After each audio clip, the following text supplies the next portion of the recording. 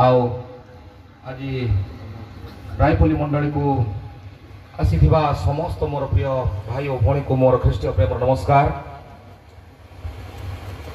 आओ आज मैंने अनेक दिन प्रार्थना करी यही मीटिंग टी को रखी आज हे तो समय मानकर देरी हो जाइए किंतु निश्चित भाव में आपण मान समस्त को मुझे देखी अत्यंत आनंदित अटे। आहरी आज प्रथम दिन होता हेतु हे तो लोक मैंने डेरी कर आसुँच आशा करुँची जे आउ सेकेंड सेशन रे हे तो समस्त लोक मैंने पहुँचे।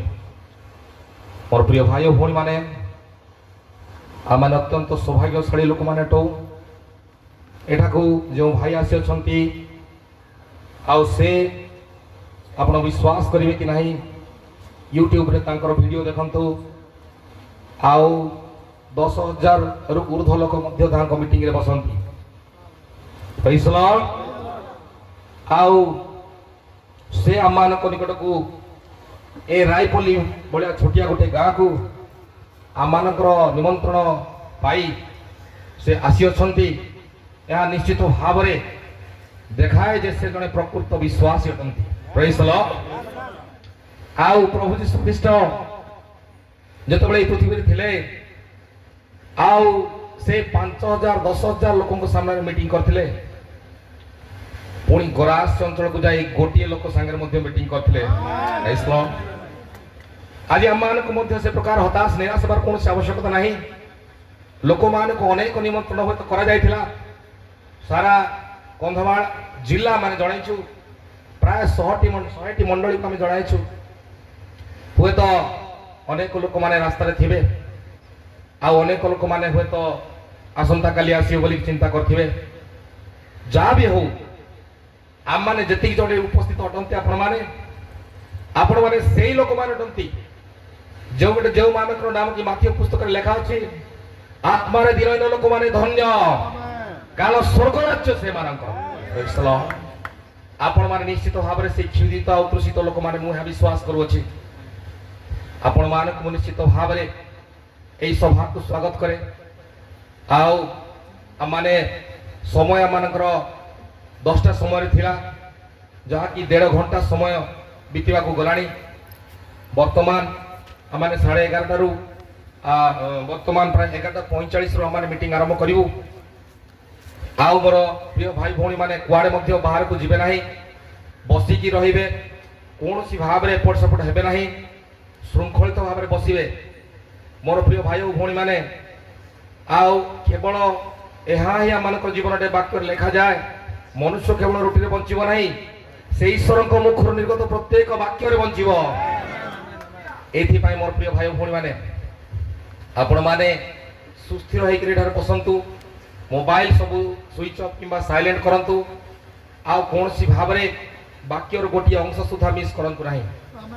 आउ मोर प्रिय भाई भौणी माने मु कहया चाहे 10टा रु जदि आपण माने आसी थांते आउ आमे ओडिया रे समस्त विषय ट्रांसलेशन मध्ये करि पारि थांतु।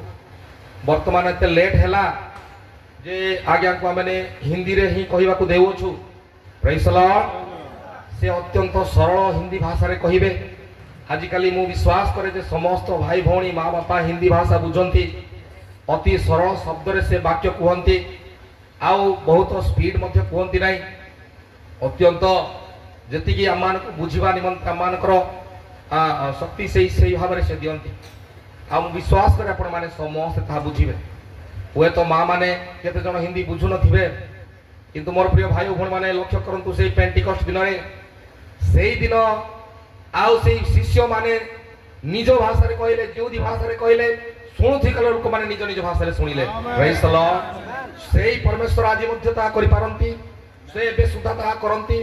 विगत दिन मान करे आ जड़े भाई आसीथिले पास्टर सदरक से कहउथिले आसाम रे से गोटे मीटिंग करूथिले सेही मीटिंग रे ए प्रकार भाव रे ही आदिवासी लोक माने बसी थांती आउ ए भाई तो इंग्लिश रे कहथांती आउ से भाई माने आदिवासी भाषा रे बुझी पार नथांती। हठात करी से मान मध्य समस्त उत्साह सहित वाक्य शुणिबारे लागिले। हठात करी से माने समस्ते आउ प्रत्येक वाक्य सहित ताल मिलाइले आमेन कहले आउ से माने हालेलुया कहले प्रेज द लॉर्ड कहले ये भाई ताटका हो गले कहले कौन है हठात कहीं प्रकार उद्दीपना भाई से माने निज भाषा रे बुझुचंती प्रेज द लॉर्ड एहा एबे मध्य संभव अटे कारण से आजी काली वो चिरदिन समान प्रेज द लॉर्ड मोर प्रिय भाई भौणी माने हम माने तांकर वर्तमान से भाई को निमंत्रण करवा आउ समय अधिका नेबा नाही आमान को मध्य समय अति अल्प दुईटा सेशन अच्छी आउ बहुमूल्य वाक्य मैंने शुणा निमंते जीवा आओ अभी इस वक्त मैं भाई पास्टर शेखर डेविड को निमंत्रित करता हूं वो सामने आए और भाई थॉमस प्रधान को मैं निमंत्रित करता हूं वो आएंगे और उन्हें एक बेच लगाकर सम्मानित करेंगे और हम सब ताली बजाकर उनकी स्वागत करेंगे और प्रभु में उनको आशीष करेंगे। ताली बोलो तो बहुत करो तो ताली बोलो पहले हालेलुया काय बोलो छी करो ताली लियो तो प्रेज लॉर्ड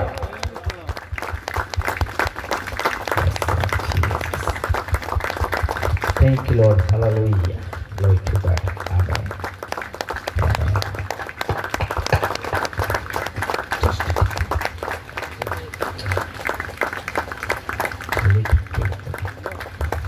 ताली मारंतु निश्चित भाव से तालीर पाइबार हकदार अटंती प्रेज द लॉर्ड आमेन मोर प्रिय भाई भौणी माने से विगत दिन से गुजरात रे थिले आउ से आसिले ताको घर मात्र 2 घंटा रही से एठी आसी अछंती आउ से अम्मान को निमंत्रण आसी अछंती ओके ताली तो hallelujah praise Lord God bless you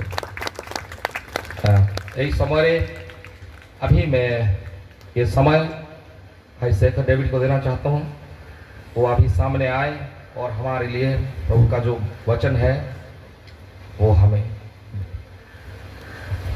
hallelujah प्रभु का नाम को धन्यवाद करते हैं। इस उड़ीसा शहर के अंदर प्रभु ने हमें लेकर आया। ये पहली बार है मैं उड़ीसा में आया हूँ। वैसे हिंदुस्तान में बहुत से बार में बहुत सी स्टेट में जाता हूँ लेकिन इस इलाके में मैं कभी आया नहीं था। लेकिन प्रभु की कृपा से आज अशरुबेन और उनके साथियों ने हमें आमंत्रित किया और मैं प्रभु को धन्यवाद देता हूँ कि उसका वचन बांटने के लिए प्रभु ने ये सुंदर अवसर हमें दिया है। मैं आप लोगों में से बहुत तो मुझे जानते होंगे क्योंकि यूट्यूब के माध्यम से उड़ीसा से बहुत फ़ोन करते हैं लोग मुझे, पर मैं चेहरे से नहीं जानता हूँ लोगों को, लेकिन प्रभु जानता है। और आज परमेश्वर ने आपके बीच में इस वचन के लिए लेके आया, उसका नाम मुबारक हो। तो अब सब लोग आनंदित हैं। तो भाई मुझे बोल रहे थे आने के टाइम, तो बड़ा लंबा सफ़र था। मैंने कभी एयरपोर्ट से 6-8 घंटा बैठा ही नहीं गाड़ी में कभी। भुवनेश्वर से इतना आने के लिए इतना लंबा समय मेरे लिए बड़ा अजीब है, क्योंकि हम जाते हैं तो ज़्यादा ज़्यादा बॉम्बे से मुझे वो भुवनेश्वर 2.5 घंटे में लेके आया फ्लाइट वाले ने, और भुवनेश्वर से आपके गांव में 6 घंटा 8 घंटा। और जस्ट मैं परसों के दिन गुजरात में था, वो भी मेरा बहुत लंबा सफ़र था। जाने का 10 घंटा, आने का 10 घंटा, एक सभा थी, तो 20-22 घंटा में इधर सफ़र करके रोड से आया था और वापस यहाँ पर एक लंबा सफ़र है। नहीं आओ, प्रभु नया ताजगी देता है और अच्छा आराम मिली भाई के घर पे और बहुत खातिरदारी हुई। आप लोगों के प्यार के लिए धन्यवाद करते हैं। सो आप मेरी हिंदी समझ सकते हैं? ओके, तो आप लोगों को ट्रांसलेशन की ज़रूरत नहीं है। ओके, सो बड़ा अच्छा समय प्रभु ने हमें दिया है, बाइबल पढ़ते हैं। और आज के हमारे अध्ययन के लिए मैं आपको ले जाना चाहता हूँ गलती करास, उसका पहला अध्याय और उसका 12 वचन में। गलातियन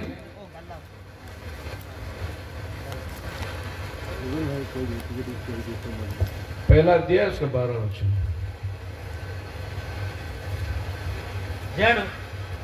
మనుషుల వల్ల దానిని నేను పొందలేదు, నాకెవడనూ దాన్ని బోధింపను లేదు, కానీ యేసుక్రీస్తు బయలుపరచడం వలననే అది నాకు లభించినది। आप तेलुगु पढ़ रहे? जेणु जेणु मु ताहा मनुष्य ठारू पाई नहीं किंवा शिक्षा करी नहीं किंतु यीशु ख्रीष्ट को प्रत्यादेश द्वारा पाई अछि।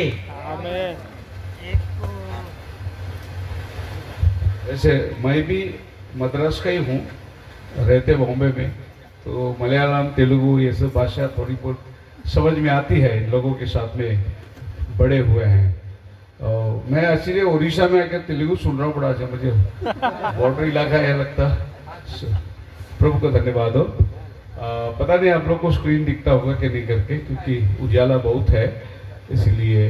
एनीहाउ आज हम पहले सभा है, मैं थोड़ी सी फाउंडेशन डालूंगा और फिर अगले सेशन और फिर कल की सेशन के लिए एक अच्छा संदेश हम प्रभु की तरफ से अपेक्षा करते हैं। बोलने वाला हम नहीं है, हम तो सिर्फ एक कठपुतले हैं, एक मट्टी है, तो प्रभु इस्तेमाल करता है, वचन उसका है। हालेलुया।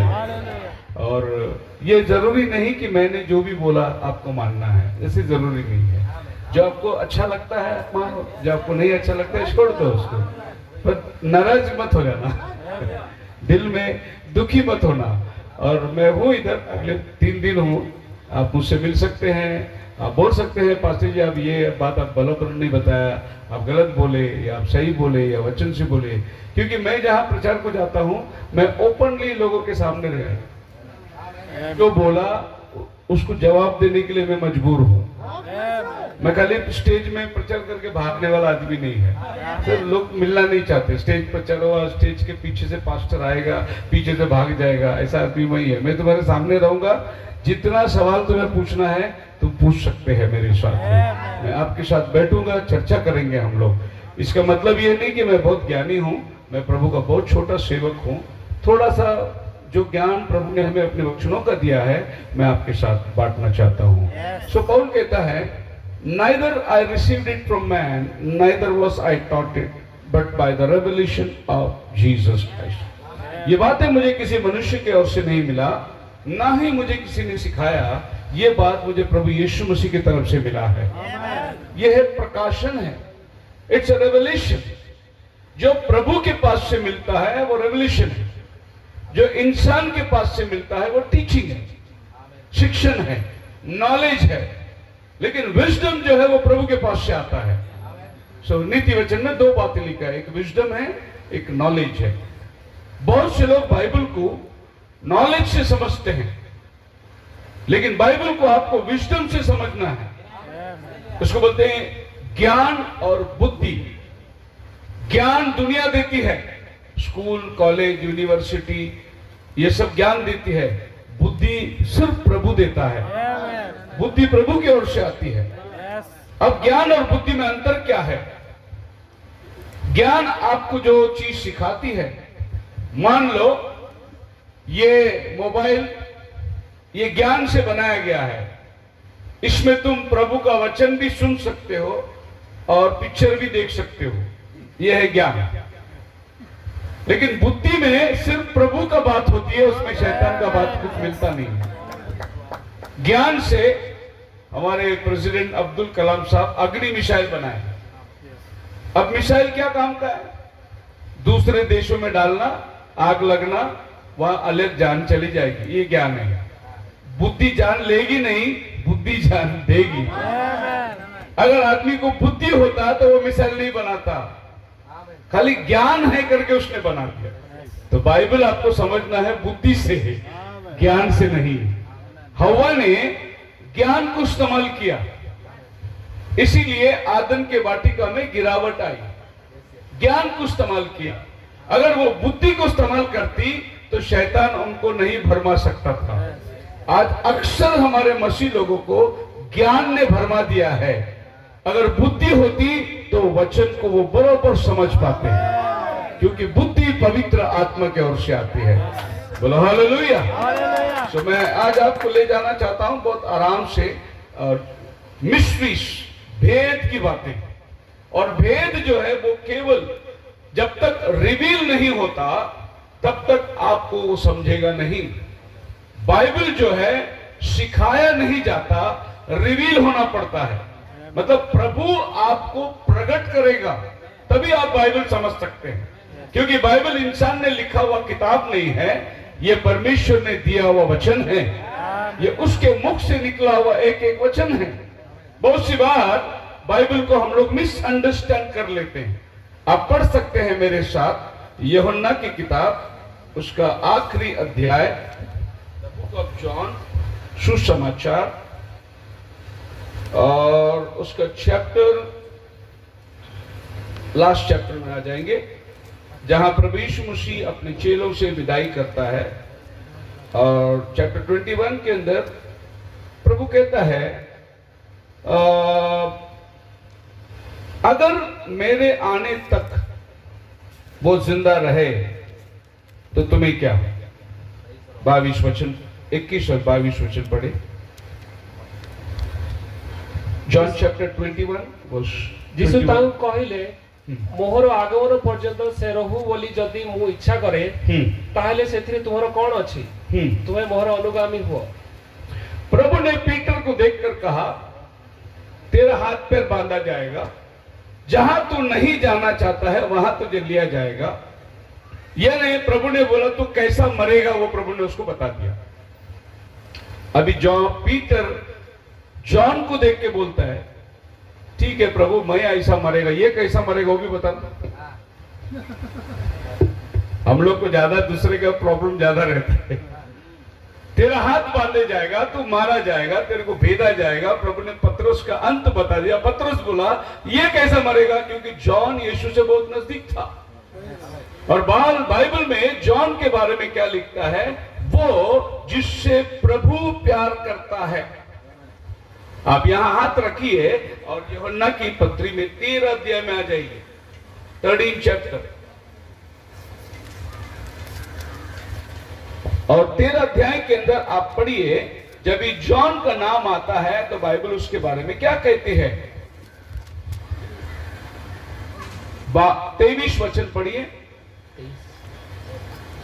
आउ जणे ताहाको कहिले, प्रभु परित्राण पाइबा लोकमानको संख्या कोन अल्प, सेथिरे से सेमानको कहिले जी संकीर्ण द्वार। आपकी भाषा में फॉलो नहीं कर पा रहा हूं, लेकिन ऐसा लिखा हुआ है जिससे यीशु प्रेम करता था, ऐसा लिखा है। हाँ, बाकी सब चेले लोग यीशु से प्रेम करते थे, लेकिन ये एक ही चेला था जिससे यीशु प्रेम करता था। Praise the Lord, hallelujah. अगर मैं कहूं हमारे पीएम मोदी साहब को कितने लोग जानते हैं? सब लोग जानते हैं, लेकिन आप मिले क्या उससे? नहीं मिले। वो है पर्सनल मुलाकात, लेकिन उसके बारे में कौन नहीं जानता। परमेश्वर के बारे में सब लोग जानते हैं, लेकिन पर्सनली प्रभु से मिले हैं क्या आप? नहीं। चेले लोग यीशु से प्यार करते थे, लेकिन जब जॉन का नाम आता है तो बाइबल बोलते हैं यीशु जिससे प्यार करता था। अब ये 12 चेलों में यीशु जॉन से सबसे ज्यादा प्यार क्यों करता था मालूम है? इसी जॉन को प्रभु पतमोस में लेके जाना है और वहां पर अगला 2000 साल का इतिहास देना है उसको, रेवल्यूशन की किताब लिखना है उसको। इसीलिए प्रभु जॉन से बहुत प्यार करता था, क्योंकि बाकी सब लोग जल्दी मर गए, जॉन सबसे लास्ट में मरा। जॉन मरने का टाइम 100 AD के आसपास, जब वो पतमोस नाम टापू में फेंक दिया गया और प्रभु ने उसको आत्मा में उठाया और रेवल्यूशन का किताब प्रभु ने जॉन को दे दिया। बोलो हालेलुया। तो बाइबल क्या कहती है, पढ़िए रेवल्यूशन चैप्टर 1 वर्स 3, प्रकटीकरण पहला अध्याय उसका 3 वचन। हाँ, इनको भी एक माइक दे दो ना। हाँ, जो माइक पढ़ने वाला माइक में पढ़िए। जे पाठ करे ओ जे माने एही भाववाणी श्रवण करंती जी, पुणी सेथिरे लिखित विषय सब पालन करंती जी, से माने धन्य, कारण समय सन्निकट। धन्य है वो जो इस किताब की बातों को पढ़ता है, सुनता है और समझता है। कौन सा किताब? बाइबल नहीं, खाली रेवल्यूशन का बुक के बारे में बाइबल बात करता है, क्योंकि ये बाइबल अभी आपके पास में साथ में है, लेकिन जब जॉन पढ़ता था तब ये किताब अलग अलग था। इसीलिए बाइबल बोलता है धन्य है जो इस किताब की बातों को मानता है। इस किताब की सिर्फ रेवल्यूशन की बात है, वो मत्ती, जॉन, मार्क, लूक, गॉस्पेल की बात नहीं करता है, इस किताब की बात करता है।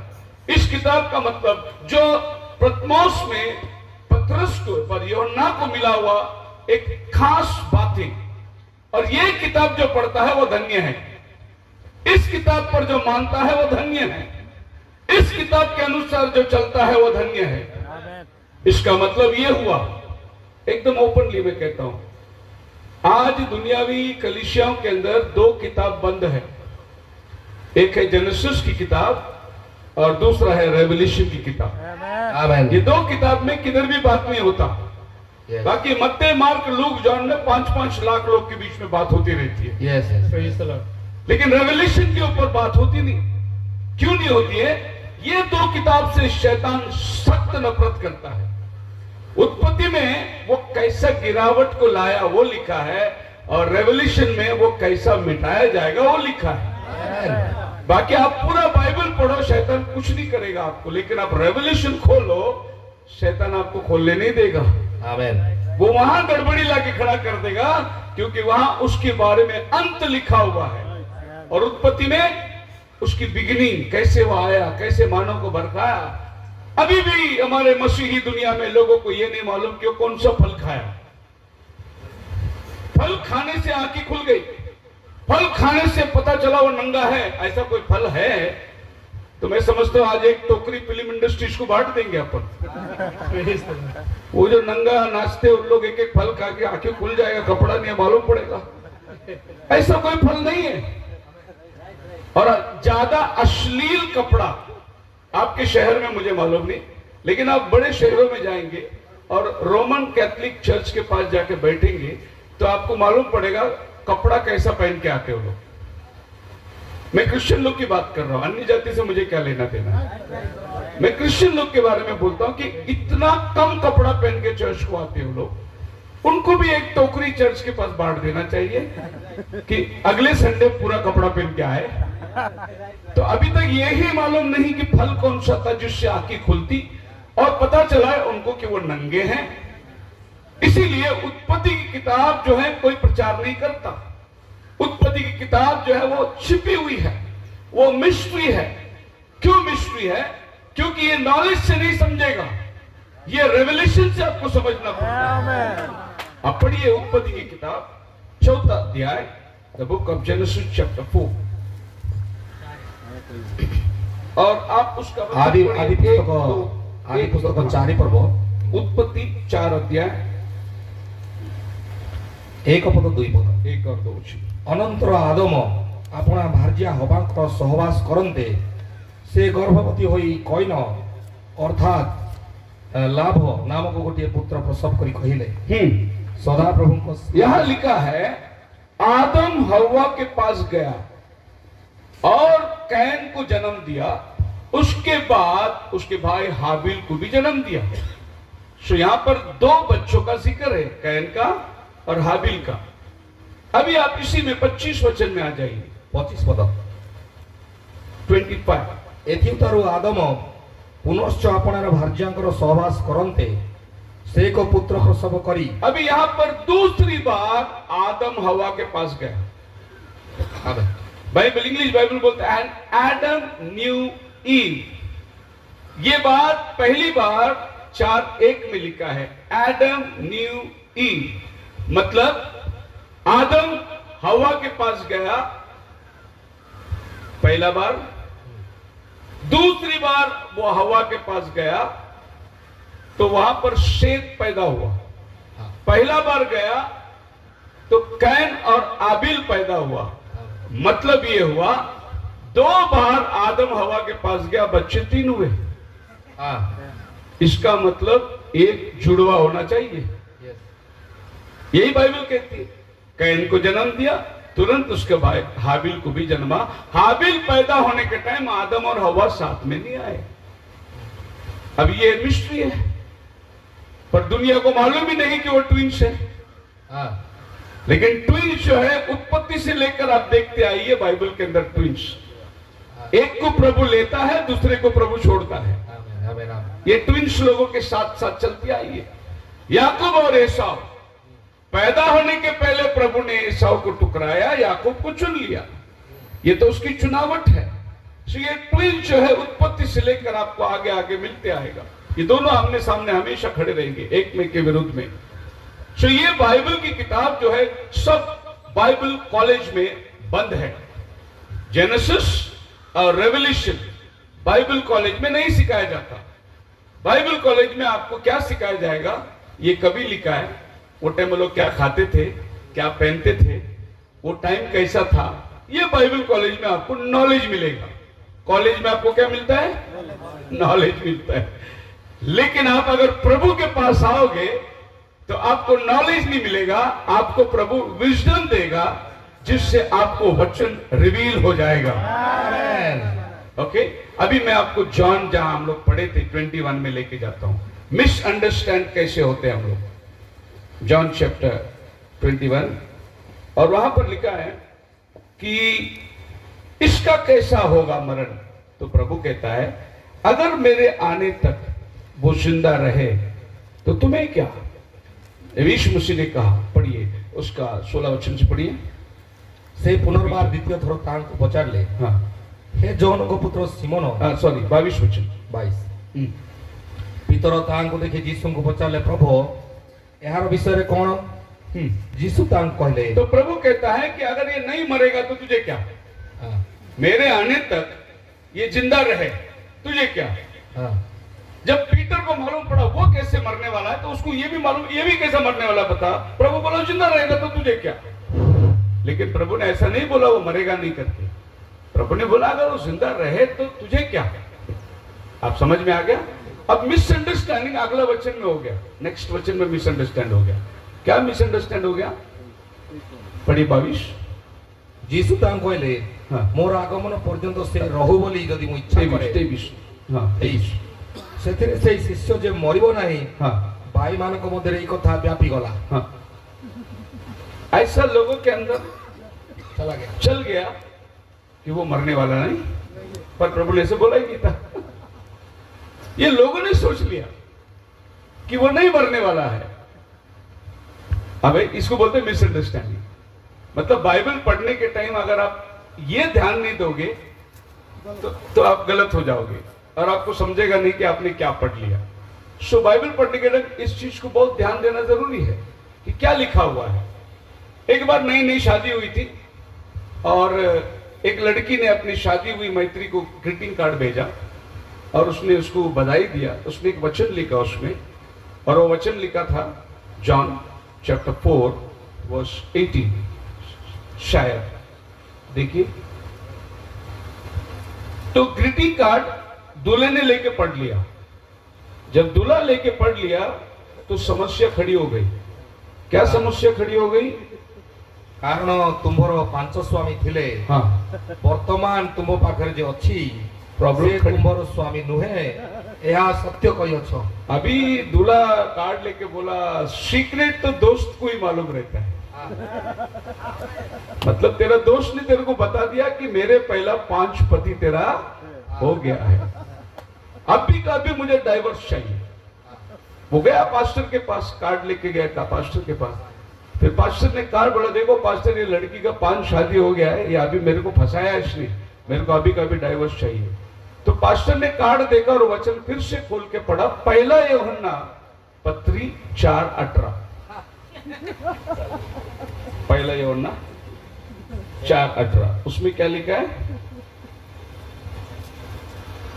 यहाँ लिखा है 1 जॉन 4:18, प्रेम रे भय न थाए, हालेलुया, किंतु सिद्ध प्रेम भय को दूर करे, कारण भय दंड खाली सहित संयुक्त। देखो 2 वचन में लिखा है प्रेम बड़ा है, प्रेम में भय नहीं होता। अच्छा वचन लिख के भेजा था उसने, लेकिन इन्होंने वो 1 नंबर नहीं पढ़ा, खाली जॉन 4:18 पढ़ लिया। तो पास्टर ने बोला बेटा ऐसा बात नहीं है, ये देखो 1 जॉन 4:18 है, नहीं तो डाइवर्स हो जाता था। ऐसा बहुत लोग अगर बाइबल का ये काना मात्रा नहीं पढ़ेंगे तो डाइवर्स हो जाएगा तुम्हारा। तुमको बाइबल का ये मात्रा समझना पढ़ना बहुत जरूरी है। यस, इसीलिए बाइबल बोलता है इसमें से एक मात्रा भी नहीं हलेगा, आमीन, ना इसमें कुछ आप जोड़ सकते हैं, आमीन, इसमें ना निकाल सकते ना जोड़ सकते हैं। जो है वो हाँ और आमीन के साथ है। आमीन। हो सकता है आपको अभी नहीं समझा, लेकिन कोई बात नहीं, प्रभु समझाएगा आपको। जब प्रभु ने चेलों को कहा मेरा मांस खाओ, मेरा लहू पियो, तुम्हारे अंदर जीवन होगा, उस टाइम पे 70 लोगों ने यीशु को छोड़ के चले गए। बोले कि इतना कठिन संदेश, इसका मांस कौन खाएगा, इसका लहू कौन पिएगा। पर 12 लोग तो थे। प्रभु ने उनको बोला तुमको भी जाना है क्या? वो बोले कहाँ जाएंगे प्रभु, जीवन का वचन तो आपके पास है। समझा नहीं, लेकिन आपको छोड़ के जाएंगे नहीं। जीवन का वचन आपके पास है। फिर बाद में क्या हुआ आपको मालूम है? जो लोग छोड़ के गए उनको यह समझा ही नहीं कि यीशु ने बोला क्या था। लेकिन एक दिन बंद कमरे में प्रभु ने इनको लेके आया, रोटी तोड़ा, बोला लो मेरा शरीर है, प्याला लिया, बोला मेरा लहू है। अब पतरस याकूब बोले अरे कितना इजी था ये। वो अपना 70 लोग चला गया बिलीवर लोग, थोड़ा टाइम वेट करता था तो ये रेवल्यूशन उनको भी मिल जाता था। आप मेरी बात समझ रहे हैं? तो आप ये बात को समझना कि थोड़ा वेट करो, इंतजार करो। तो वो जो लोग गए थे उनका हाल क्या है आप पढ़ सकते हैं उनका हाल, जॉन चैप्टर 6 वर्स 66। मैं फिर से बोलता हूं आपको, जॉन चैप्टर 6 वर्स 66। ଜହନ 6 पर्व 66 पद। हाँ ସେହି ସମୟ ଠାରୁ ତାଙ୍କ ଶିଷ୍ୟମାନଙ୍କ ମଧ୍ୟରୁ हाँ ଅନେକ ବିମୁଖ ହୋଇ ବାହାରି ଗଲେ, हाँ। ପୁଣି ତାହାଙ୍କ ସାଙ୍ଗରେ ଆଉ ଗମନାଗମନ कले ନାହିଁ। उसके आगे वो प्रभु के साथ नहीं चले, चले गए वापस। लेकिन आप देखो ये लोग किधर आते हैं, जॉन चैप्टर 6 66। यस, अभी आप रेवल्यूशन 13 अध्याय 18 वचन पढ़ो। Praise the Lord. 13 chapter verse 18। और उस पशु का अंक को जोड़ लेना, उसका अंक होगा 666। Praise the Lord. तो ये वापस जाने वाले किधर आते हैं? 666।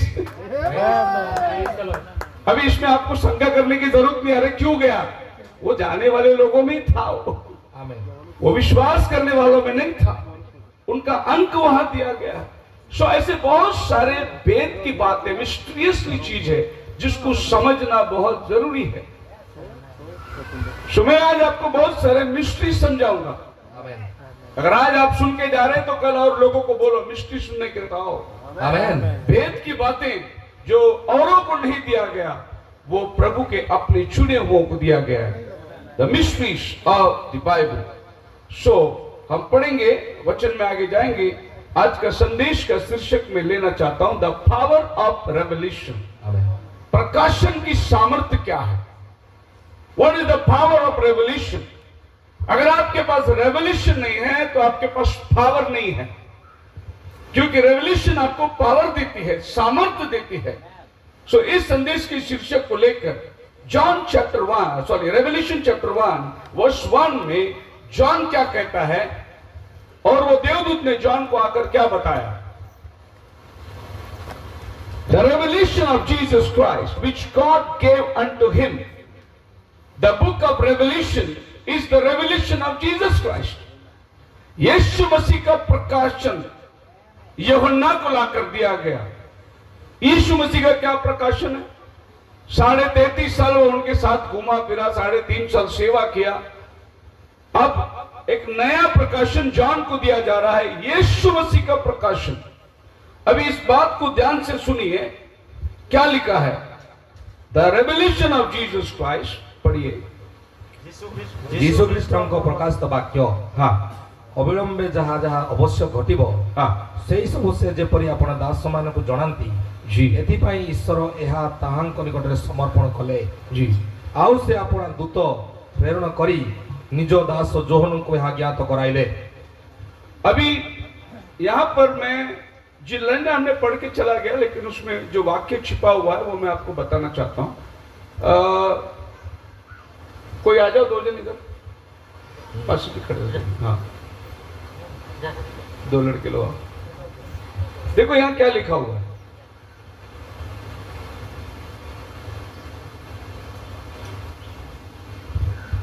हाँ अभी आप पढ़िए उस रेवल्यूशन को। ये जॉन है, पत्मोस नाम टापू में है जॉन। ओके, अभी ये जो व्यक्ति है ये संदेश लाके जॉन को दे रहा है। वो है, ऐसी लिखा आपका वचन में। हाँ, praise the Lord. हाँ, क्या लिखा है? His servants, which he sent and signified by his angels to his servant John. अभी तीसरा व्यक्ति जो है, जो मैसेज को दे रहा है, इधर आओ भाई, कौन है? एक जन आ जाओ। हाँ, ये प्रभु यीशु मसीह है, ये एंजल को भेज रहा है और जॉन को मैसेज दे रहा है। इधर 3 आदमी का जिक्र आप अच्छे से पढ़ के देखिए।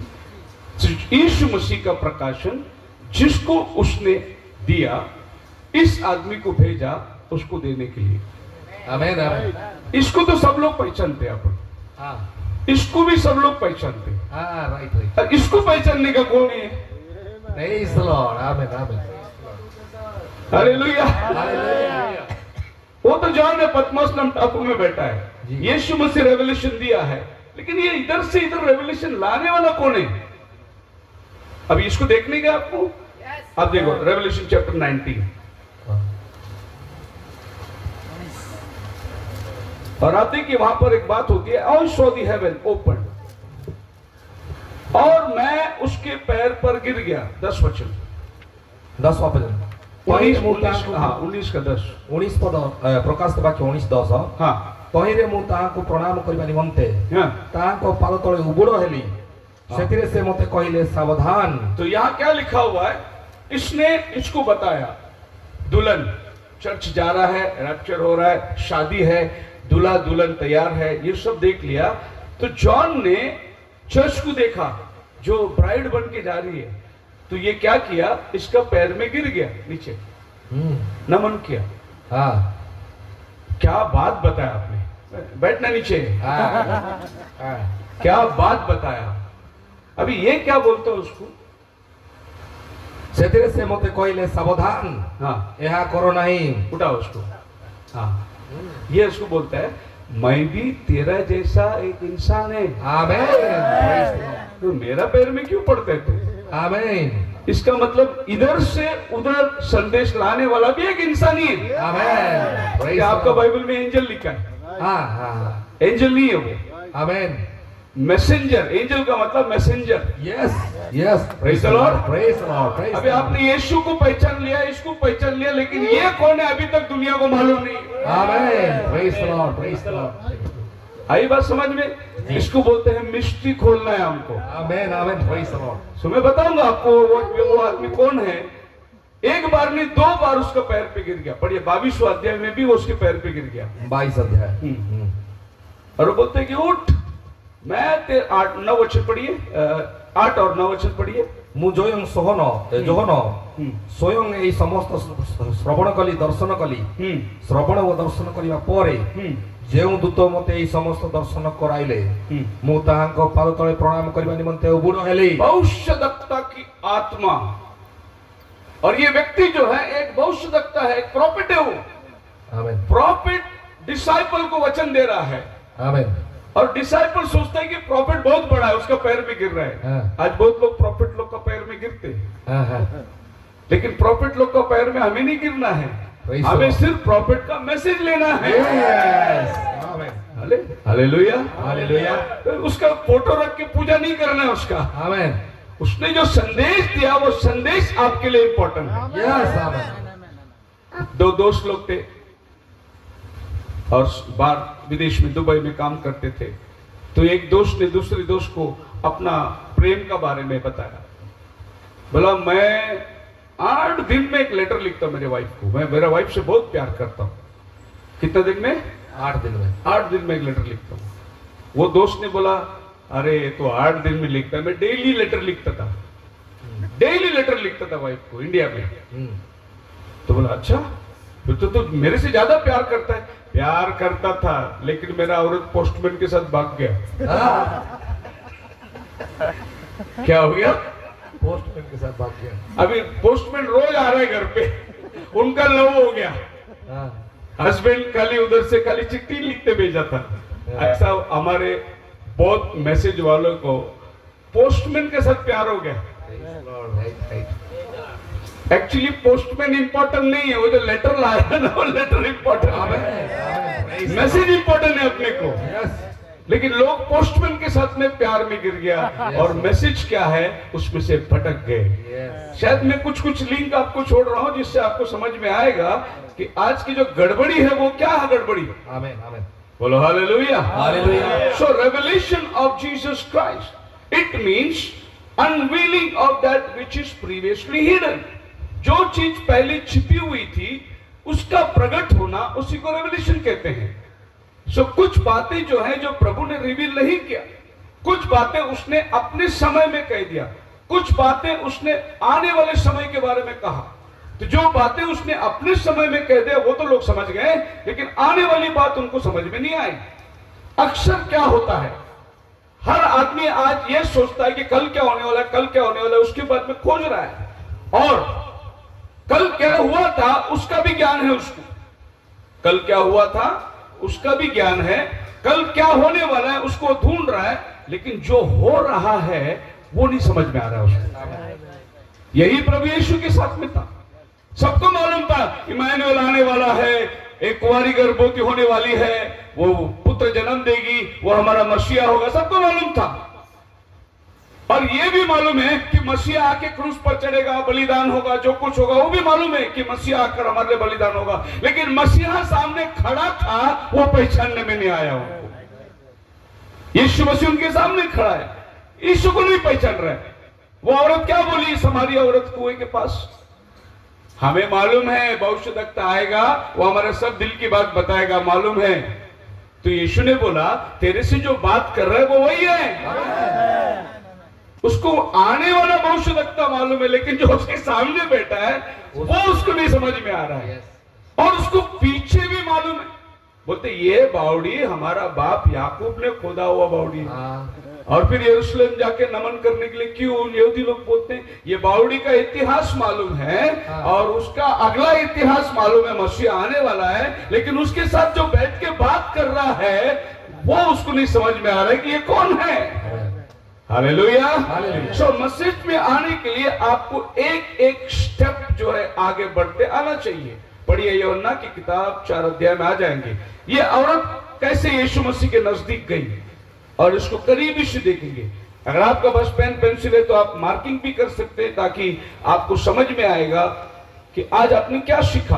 पढ़िए उसका पहला 4 अध्याय का 9 वचन पढ़िए।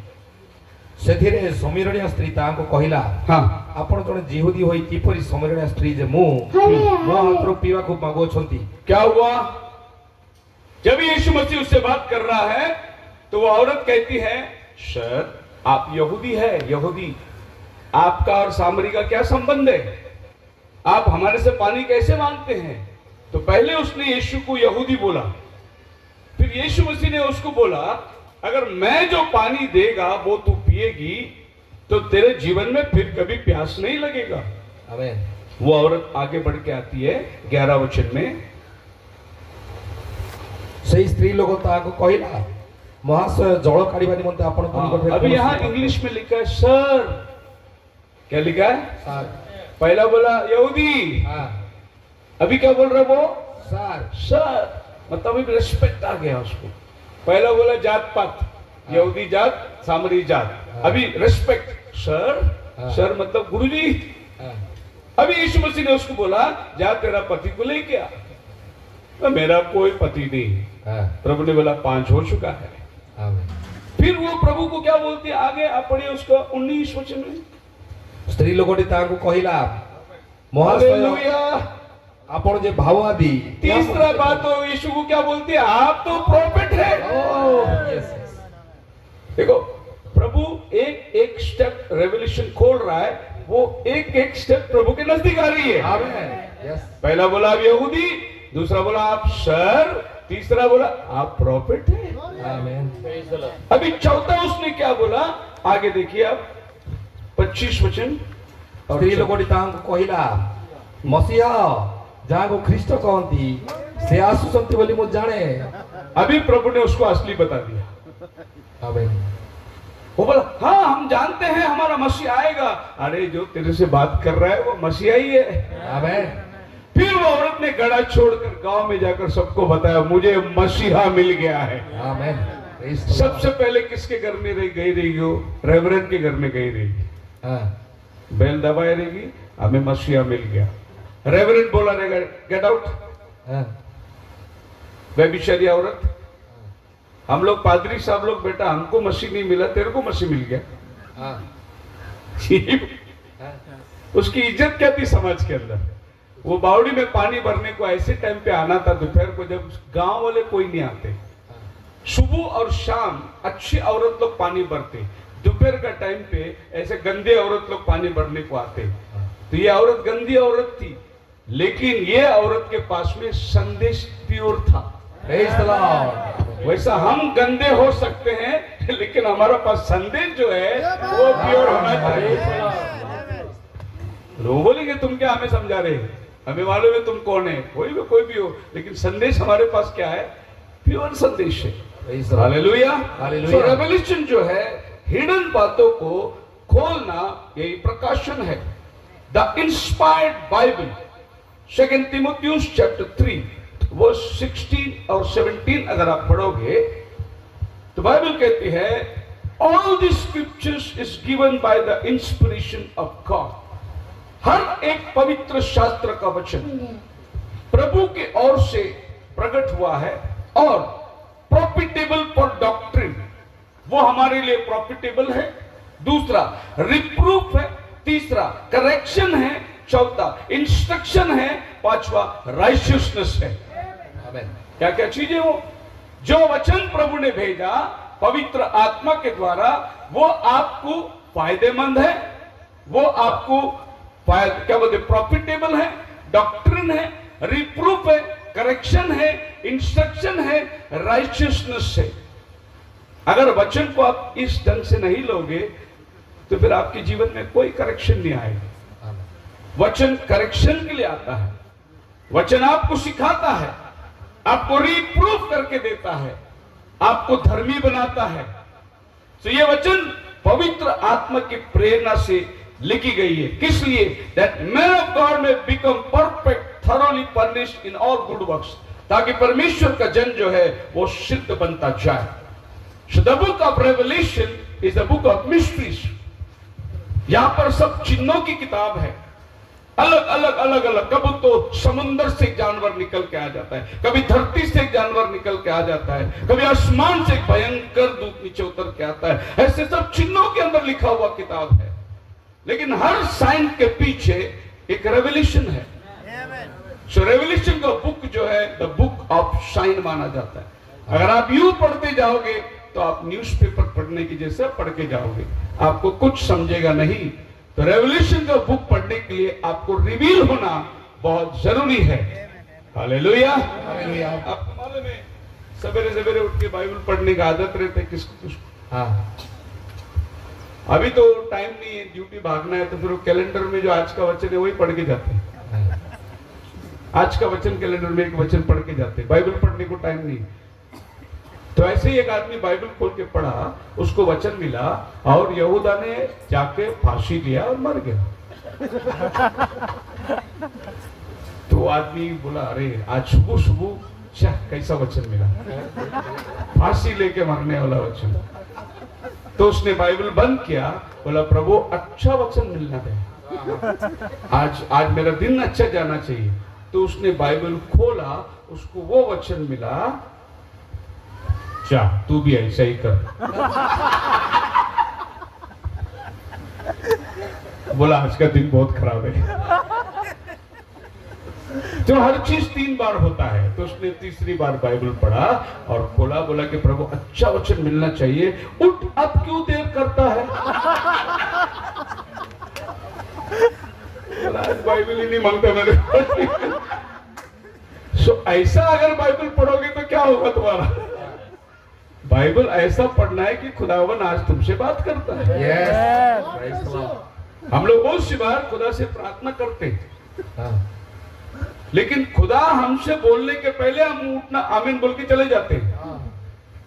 याद रखना, प्रार्थना करना तुम खुदा से बात कर रहे हो और बाइबल पढ़ना खुदा तुमसे बात करता है। सो हम लोग खुदा को हमसे बात करने को कितना टाइम दिया?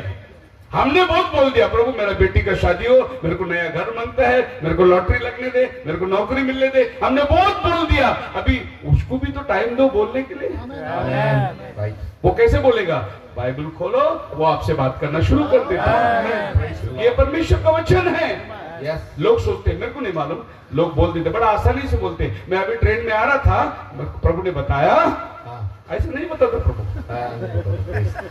वो उसका कल्पना है। यस। अभी मैं आया मीटिंग में, पेंडॉल में बैठा, तो प्रभु ने मेरे को कुछ रिवील किया। ऐसा नहीं रिवील ऐसा करता नहीं होता। प्रभु, जो भी रिवील करता है वो वचन से रिवील करता है, ये उसका मर्जी है। पर लोगों ने क्या किया, बहुत आसान से ले लिया उसको, भी बहुत अपने आप को धार्मिक बनाना। अभी एक बहुत बड़ा आदमी मद्रास के अंदर, बहुत बड़ा साधु है, वो लोग अभी जेरूसलम में जाकर एक जमीन खरीद के बंगला बनाया उधर, और पूरा मद्रास में पैसा जमा किया। सब पास्टर लोग, बहुत बड़ा बड़ा पास्टर लोगों ने उसको डोनेट किया इजराइल में घर बनाने। क्यों घर बना रहा है? क्योंकि रेवल्यूशन 11 में जो दो प्रॉफिट लोग आने वाले हैं ना, उनको रहने के लिए ये लोग घर बना रहे। क्या हुआ? प्रभु अगर किसी को भेजता है तो उसको सब देख के भेजता है। यस। यस। लेकिन हमारे इधर बड़े बड़े साधु लोग, प्रॉफिट लोग, इवेंजलिस्ट लोग पैसा जमा करके बोलते वो 3.5 साल काम करने वाले ना, किधर रहेंगे वो लोग? इसके लिए ये लोग घर बना रहे। अभी इनको चिंता है किधर रहेंगे। अरे प्रभु को चिंता था, एलिया तू यहां से जा, विधवा के घर में मैंने तेरे लिए इंतजाम किया है। प्रभु ऑलरेडी इंतजाम करके भेजता है। यस। आप पैदा होने के टाइम प्रभु को बोल के आए क्या, मेरे को फलाना घर में भेज, नहीं। मेरे को एक अच्छा माँ बाप मिलना चाहिए करके बोल के आए क्या? नहीं। प्रभु ने सब दिया ना। यस। आपको झूला रखने के लिए भी उसने दिया, आपको हर चीज बचपन से पालकर आपको भेजा, तो प्रभु सब इंतजाम करके भेजा है। हालेलुया। पर आज लोग इसको मिसअंडरस्टैंड कर लिए। आगे हम देखते हैं बाइबल क्या कहती है, पढ़िए 2 Peter chapter 1 verse 20 and 21. 29। हाँ, 2 Peter chapter 1 verse 20 and 21. पढ़ी। प्रथमरे यह ज्ञात हुआ जे जी शास्त्रर कौनसी भावाणी स्वतंत्र भाव में व्याख्या करिवार विषय नुहे। जी कारण कौनसी भावाणी केवे मनुष्यर इच्छा उत्पन्न होई रही, मात्र ईश्वर को प्रेरित मनुष्य माने। So knowing this, that no prophecy of the scripture is of any private interpretation. Yes. Bible को अपना व्यक्तित्व जीवन में प्राइवेट इंटरप्रिटेशन नहीं करना है। यस। वो जिस काम के लिए आया वही काम को बताना है लोगों को। Amen. It's not private interpretation. मैं ऐसा समझता हूं करके मत समझो। यस। यस। प्रभु अगर आपको कुछ समझाता है तो वो रेवल्यूशन है। यस। बाइबल को समझना यही तरीका है। It's not a private interpretation. एक लड़का अपने पास्टर के पास गया, बोला पास्टर जी मैं शादी करने को सोच रहा है। तो पास्टर जी ने बोला ठीक है बेटा, अच्छी बात है, आप शादी कर रहे हो। तो लड़की देखा आपने? बोला हाँ देखा पास्टर जी। तो पास्टर जी ने बोला अपना चर्च का है क्या बाहर का चर्च का है? तो लड़का ने बोला आपका छोटी वाली बेटी।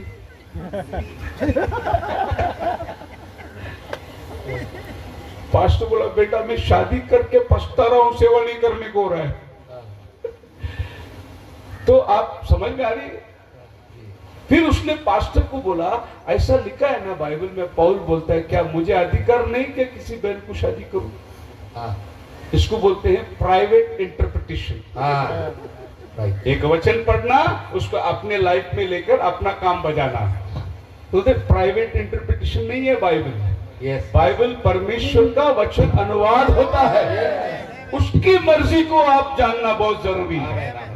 इसीलिए बाइबल कहता है it's not a private interpretation but for the prophecy came not by all time by the will of man but holy man.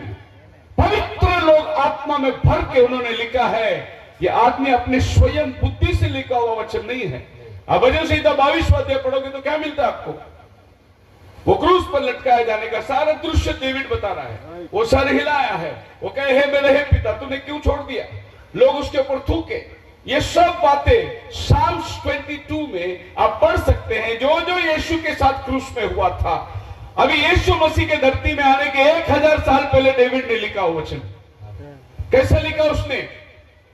पवित्र आत्मा की प्रेरणा से उन्हें वो सारे दृश्य को देखा, उसने दर्शन में क्या होने वाली है, और उसने वज्र संहिता 22 लिखा। बोलो हालेलुया। हालेलुया। ऐसा 53 वाक्य 53 में क्या लिखा है जाने, वो उन कतरने के समान किया जाएगा, वो कुछ चुप रहेगा, उसको मारेंगे, उसके कोड़े खाने से हम चंगे हो गए। ये सब क्रूस की कहानी ऐसाया ने यीशु मसीह के 700 साल पहले लिखा। कैसे लिखा? प्रेरणा से लिखा, पवित्र आत्मा की। और उस बात को समझने के लिए आपको भी प्रेरणा होना बहुत जरूरी है। हालेलुया। हालेलुया। सोचिए, ये बाइबल लिखने वाले अनपढ़ लोग, मच्छी पकड़ने वाले, चरवाह लोग, ये अनपढ़ लोगों ने लिखा हुआ बाइबल समझने के लिए आदमी 14 साल बाइबल कॉलेज करता है। कैसे समझेगा? ये अनपढ़ लोगों ने जो बाइबल लिखा, पवित्र आत्मा की प्रेरणा से लिखा, और ये अनपढ़ लोग लिखा हुआ बाइबल को समझना है। वही पवित्र आत्मा आज तुम्हें चाहिए, जो ये बाइबल को तुम्हें समझा के दे सकता है। आप मेरे साथ हैं? अगर पढ़े लिखे लोग, बाइबल कॉलेज से निकले हुए बड़े बड़े बिशप और रेवरेंड लोग प्रभु की मर्जी से काम करते होंगे, तो वो 12 लोगों ने सारा दुनिया को उल्टा पुल्टा किया। आज 45,000 डिनोमिनेशन क्या कर रही है? गूगल में डाल के देखो डिनोमिनेशन कितना है। 45,000 डिफरेंट डिनोमिनेशन है धरती पर। क्या कर रहे हैं हम लोग? और एक्ट चैप्टर 17 वर्स 6 पढ़ के देखिए, 12 लोगों ने दुनिया को उल्टा पुल्टा कर दिया। बोला ये लोग इधर भी आ गए क्या? वो 12 और ये 45,000 किधर है? वो पवित्र आत्मा की प्रेरणा से चलते थे, और ये नॉलेज से चल रहे हैं। यही डिफरेंट है आपको आज रेवल्यूशन समझने के लिए। सो बाइबल में जब आप जाते हैं, रेवल्यूशन की किताब, प्रकाशित वाक्य, तो एक एक बातें आपके लिए खुलती है। सबसे पहले हम बाइबल रेवल्यूशन में देख सकते हैं 7 स्टार्स।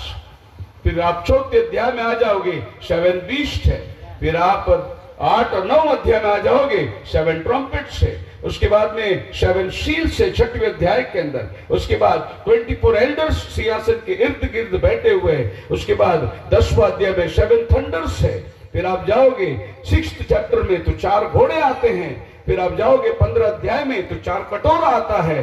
फिर आप जाओगे आगे तो 3 हाय ये धरती में बोला गया है। और आखिर में 13वां अध्याय, उसमें वो पशु आता है जो 18वां अध्याय में 666 अंक को लेकर आता है। अब जिसको बुद्धि हो वो समझ ले। क्या कहते हैं?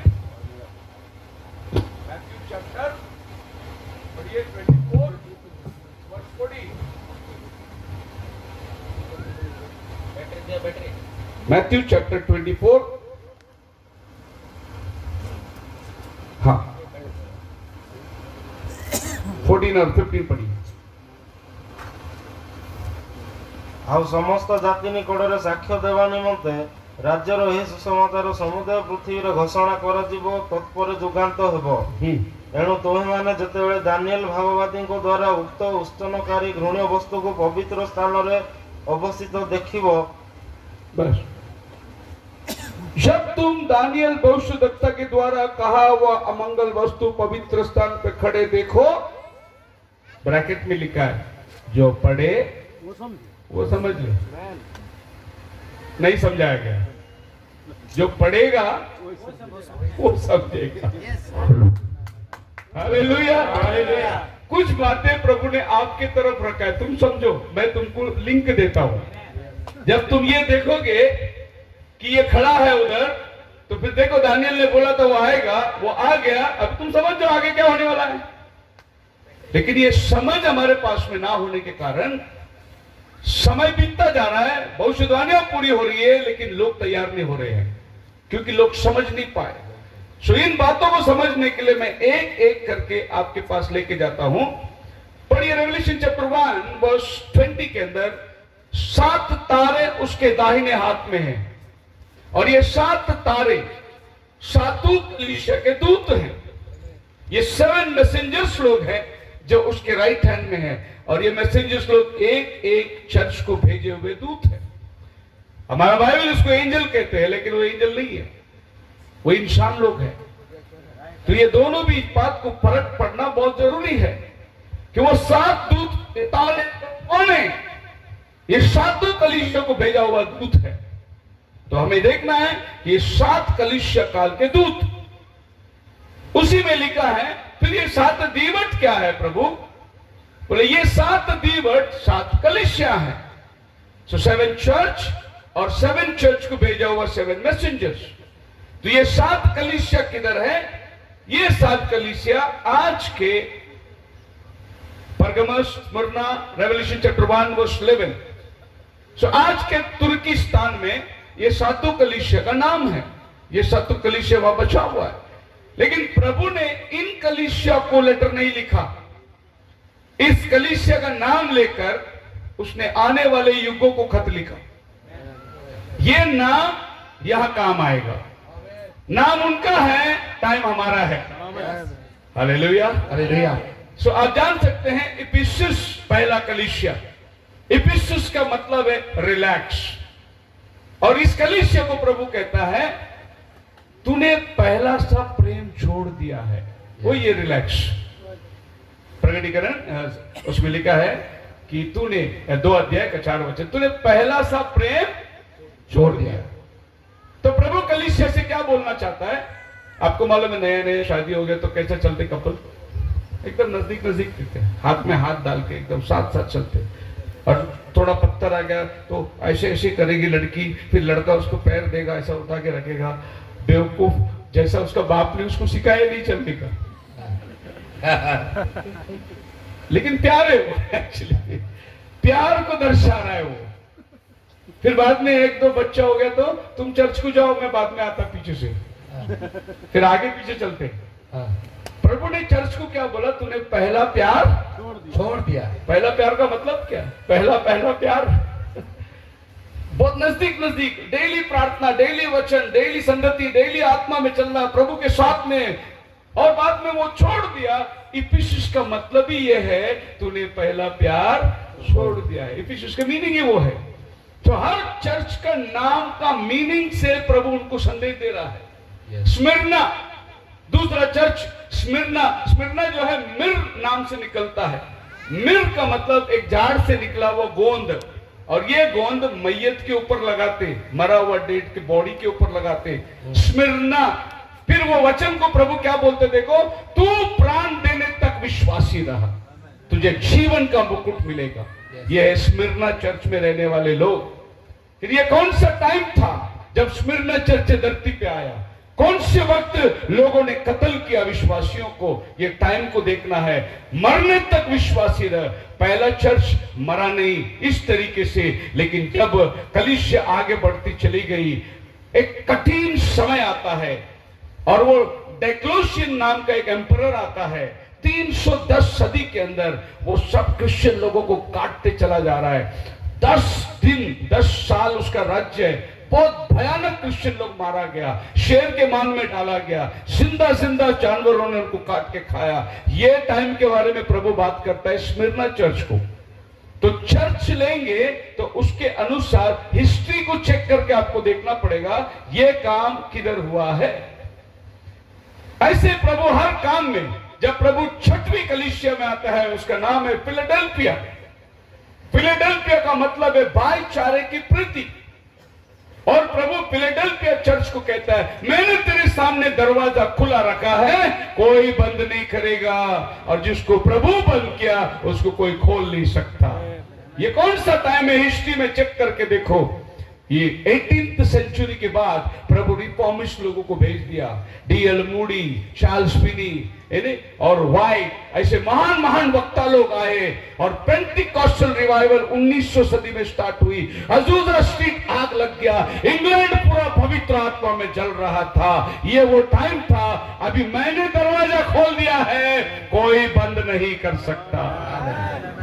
तो फिर आप वचन पढ़ो और हिस्ट्री में आ जाओ, वचन पढ़ो और हिस्ट्री में आ जाओ, क्योंकि रेवल्यूशन चैप्टर 1 में यही लिखा है, लिख उन बातों को जो शीघ्र होना अवश्य है, हुआ नहीं, होना अवश्य है। यही है रेवल्यूशन जो 7 कलीसिया काल को, मतलब आप समझना कि रेवल्यूशन चैप्टर 2 और 3 2000 ईयर्स का हिस्ट्री है उसके अंदर। खाली रेवल्यूशन चैप्टर 2 एंड 3 ये 2 चैप्टर के अंदर 2000 साल का इतिहास है उसके अंदर। प्रभु ने संक्षेप में उसको रखा है और ये इतिहास बताता है 2000 साल हो गया, सारी बातें वहां लिखा हुआ है 2 ही चैप्टर के अंदर। तीसरा चैप्टर जब शुरुआत होता है, लौदीसिया काल का कलीसिया आता है। और लौदीसिया काल को प्रभु क्या कहता है? तू कहता है मैं धनी हो गया हूं, मेरे पास पैसा बहुत है, अभी मुझे किसी वस्तु की जरूरत नहीं, लेकिन तू जानता नहीं, तू अंधा है, नंगा है, तुच्छ है, दरिद्र है। और आखिरी में प्रभु बोलते तुझे मालूम ही नहीं तू ऐसा है करके। तो आज आपको मालूम है धरती में कलीसिया सबसे पैसा वाला कलीसिया ये टाइम है। अभी कलीसिया जो है मेगा चर्च, 40 50 हजार लोग आराधना में स्टेडियम में बैठते हैं, मेगा चर्च। अभी अमेरिका का हिल सॉन्ग चर्च ने फिल्म इंडस्ट्रीज को पैसा दिया, ऑफरिंग का पैसा, बोला पिक्चर बना। इतना पैसा चर्च का पास हो गया। हमारा पास हॉस्टल है, हमारा पास बोर्डिंग है, हमारा पास स्कूल है, हमारा पास हॉस्पिटल है, हमारा पास एम्बुलेंस है। ये चर्च अभी बोलने लगी, लेकिन प्रभु ने एम्बुलेंस और बोर्डिंग बनाने के लिए नहीं भेजा था, प्रभु ने सुसमाचार देने के लिए भेजा था। लेकिन चर्च आज क्या बन गया? मुद्दे में से हट गई। अब वो प्रॉपर्टी, अपने इंडिया में सबसे बड़ा प्रॉपर्टी होल्डर कौन है? टाटा, बिरला, अंबानी, अडानी नहीं है, CNI चर्च, CSI चर्च। इनके पास जितना प्रॉपर्टी है इतना टाटा बिरला के पास भी नहीं है। और ये प्रॉपर्टी प्रभु की सेवा में नहीं, बेच के अपना पेट भरने का धंधा चल रहा है अभी चर्च का। बॉम्बे हाई कोर्ट में 200 केस है चर्च का। कितना? पास्टर मंडे से लेके सैटरडे तक कोर्ट में रहता है, खाली संडे को चर्च में आता है। शैतान ने काम पे लगा दिया है सबको। अभी चर्च जो है खाली एक ट्रेडिशन हो गई है, प्रॉपर्टी बचाने का चक्कर अभी चल गई है। घरों में रह के खाली नहीं करते, प्रॉपर्टी हड़पा जा रहा है। कलीसिया आज बहुत बड़ी धनी हो गई है। प्रभु ने 2000 साल पहले बोला, लौदीसिया काल में कलीसिया बोलेगा मैं धनी हो गया हूं, लेकिन वो जानता नहीं, अंधा, तुच्छ, दरिद्र है वो। खैर आगे जाएंगे हम लोग 4थे अध्याय में। अब 4थे अध्याय में आप 1 और 2 वचन पढ़ोगे तो बाइबल कहता है, जॉन ऊपर आ, स्वर्ग खुल गया। और ऊपर से आवाज आता है, स्वर्ग खुलने के बाद जॉन ऊपर आ। तो आपको ये मालूम होना चाहिए कि 4th चैप्टर में रैप्चर होता है। चर्च ऊपर जाती है। उसके बाद 19th चैप्टर तक चर्च का नाम नहीं है रेवल्यूशन में। 19th चैप्टर में वो सफेद घोड़े में बैठकर नीचे आ रहे हैं, चर्च आ रही है। मतलब ये 4th चैप्टर से 19th चैप्टर तक चर्च धरती में नहीं है, उसका नाम ही नहीं है बाइबल के अंदर। क्यों 4th चैप्टर में रैप्चर होता है? क्योंकि 3rd चैप्टर में कलीसिया काल खत्म होती है, इसीलिए 4th चैप्टर में स्वर्ग खुलता है। अभी तो धरती में मत रहे, ऊपर आ। और जॉन कलीसिया को दर्शाता है, आप और हम 4th चैप्टर में रैप्चर में जाएंगे और फिर सीधे हम लोग 19th चैप्टर में उसके साथ ये धरती में राज्य करने को आने वाले हैं। फिर इसके बीच में क्या होगा? एंटी क्राइस्ट का काम इसके बीच में चलने वाला है। अभी बहुत से प्रचारक लोग ये बोलते हैं कि चर्च ट्रिब्युलेशन में जाएगी। चर्च ट्रिब्युलेशन में नहीं जाएगी, चर्च रैप्चर में जाएगी। हालेलुया। उदाहरण हमारे बाइबल में 2 बढ़िया उदाहरण है। इससे पहले बारिश आई, नोहा बोट में आ गया था। नोहा उस समय का चर्च था, उस समय का रैप्चर वो बोट था। अपनी फैमिली के साथ बोट में आ गया, दुनिया के ऊपर ट्रिब्युलेशन उतर कर आया। दूसरा उदाहरण, लोट जब तक पहाड़ पे नहीं गया, सदोम में अग्नि नहीं गिरा। ऐसा ही जब तक आप और हम ये धरती में रहेंगे, अग्नि गिरने वाला नहीं है। पहला प्रभु अपने बच्चे को उठाएगा, उसके बाद प्रभु अग्नि को भेजने वाला है। इसके लिए 4th अध्याय में चर्च रैप्चर में चलेगी। तो इस तरीके से आप जाएंगे 4th अध्याय का 7 वचन पे, वहां 4 जानवर है। पहला जानवर सिंह के समान, दूसरा जानवर बछड़े के समान, तीसरा जानवर मनुष्य के जैसा और चौथा जानवर उड़ती हुई उकाब के समान। ये 4 जानवर 4 समयों को दर्शा रहा है। पहला जानवर सिंह स्वयं प्रभु यीशु मसीह था, यहूदा गोत्र का सिंह। उसके बाद बैल आया, बैल बलिदान होने वाला जानवर। सारे चेले बलिदान होते चले गए। उसके बाद मनुष्य का समय आया, फिर प्रभु ने रिफॉर्मर्स लोगों को भेजा, मार्टिन लूथर को भेजा, जॉन वेस्ली को भेजा, ये मनुष्य के समान। और चौथा पीढ़ी उड़ता हुआ उकाब के समान है। यह आखिरी युग में भेजा हुआ संदेश है, उकाब का संदेश।